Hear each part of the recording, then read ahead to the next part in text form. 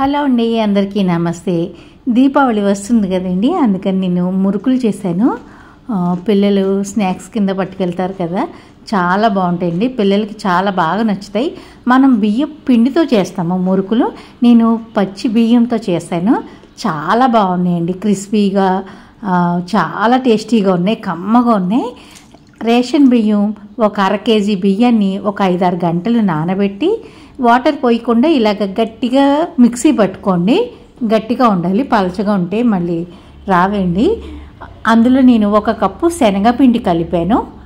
కొద్దిగా రుచికి సరిపడగా సాల్ట్, కొద్దిగా వాము వేసుకుంటే అరుగుదలకి బాగుంటుంది కదా, అందుకని వాము వేసాను. అలాగే కొద్దిగా నువ్వులు, 1-2 టేబుల్ స్పూన్ల నువ్వులు వేసుకోండి, కమ్మగా ఉంటాయండి. నువ్వులు వేసుకుంటే కమ్మగా పంటికి తగులుతూ చాలా బాగుంటుంది. నేను నెయ్యి వేసాను. నెయ్యి కానీ బటర్ కానీ ఆయిల్ కానీ మీకు నచ్చినట్టు వేసుకోండి. నెయ్యి వేస్తే టేస్ట్ బాగుంటుంది కదా అని నెయ్యి వేసాను. పిల్లలు చాలా ఇష్టంగా తింటారు కదా. అలాగే కొద్దిగా కారం, కొద్దిగా స్పైసీగానే ఉంటే బాగుంటాయండి మురుకులు, అందుకని కొద్దిగా కారం వేసాను. నేను మనం మురుకులు గొట్టం ఉంటుంది కదా, అందులో వేసుకోవాలి. మీకు నచ్చిన ప్లేట్ పెట్టుకోవచ్చు. నేను ఒక సింగిల్ హోల్ ఉన్నది పెట్టాను.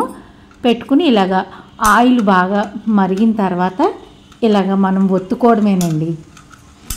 నేను మురుకుల్లాగా వేస్తున్నాను. మీకు నచ్చినట్టు జంతికల్లాగా కూడా వేసుకోవచ్చు.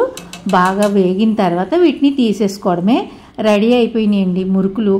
చాలా రుచిగా, చాలా కమ్మగా ఉన్నాయండి. తప్పకుండా ఒకసారి ట్రై చేసి చూడండి. క్రిస్పీగా భలే వచ్చినాయండి. తప్పకుండా ట్రై చేసి చూడండి. మళ్ళీ మరొక వీడియోలో కలుద్దాం. అంతవరకు బాయ్ బాయ్ ఫ్రెండ్స్.